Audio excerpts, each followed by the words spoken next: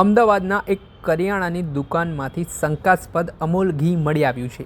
જશોદાનગર વિસ્તારની 4 ભુજા કરિયાણા સ્ટોરમાંથી શંકાસ્પદ ઘી મળી આવ્યા હોવાની વિગતો કહેવાઈ રહી છે। 4 ભુજા સ્ટોર માલિક હાટકેશ્વરમાં આવેલા હાર્દિક ટ્રેડર પાસે આ માલ મેળવતા હોવાની વિગતો કહેવાઈ રહી છે। હાર્દિક ટ્રેડર્સે દુકાન બંધ મળતા બહારના ભાગે શટર પર તેના ગોડાઉન પર અમદાવાદ મ્યુનિસિપલ કોર્પોરેશનના ફૂડ વિભાગ દ્વારા સીલ મારવામાં આવ્યું છે। ફૂડ વિભાગની રોજિંદા ચેકિંગમાં આ શંકાસ્પદ ઘીનો જથ્થો મળી આવ્યો છે। અમૂલ ઘીના 15 કિલોના 60 ડબ્બા જપ્ત કરવામાં આવ્યા છે। કુલ 105 કિલો શંકાસ્પદ ઘીનો જથ્થો મળી આવ્યો હોવાની વિગતો કહેવાઈ રહી છે। ત્યારે ફૂડ વિભાગના આરોગ્ય અધિકારી ભાવિન જોશી પણ સ્થળ પર પહોંચ્યા હતા અને ઘીના ડબ્બામાં શુદ્ધની જગ્યાએ શુદ્ધ લખેલ હોવાથી શંકા ગઈ હતી।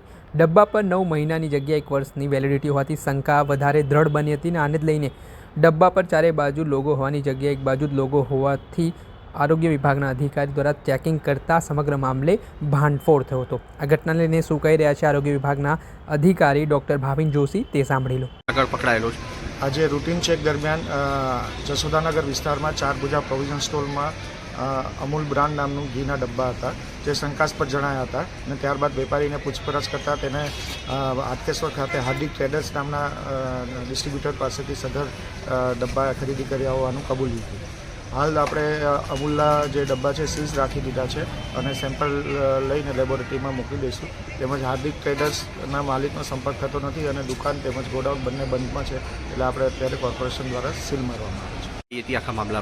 આખા મામલામાં જે લેબલ હતું લેબલમાં અમૂલ શુદ્ધ ઘી લખેલું છે, શુદ્ધ નથી અને આ ટાઈપની મોટી નેશનલ ઇન્ટરનેશનલ લેવલની કંપની આટલી નાની ભૂલ કરે એ માનવામાં ના આવતું એટલે શંકાના આધારે પછી વધારે પૂછપરછ કરતાં આખો મામલો બહાર આવ્યો હતો।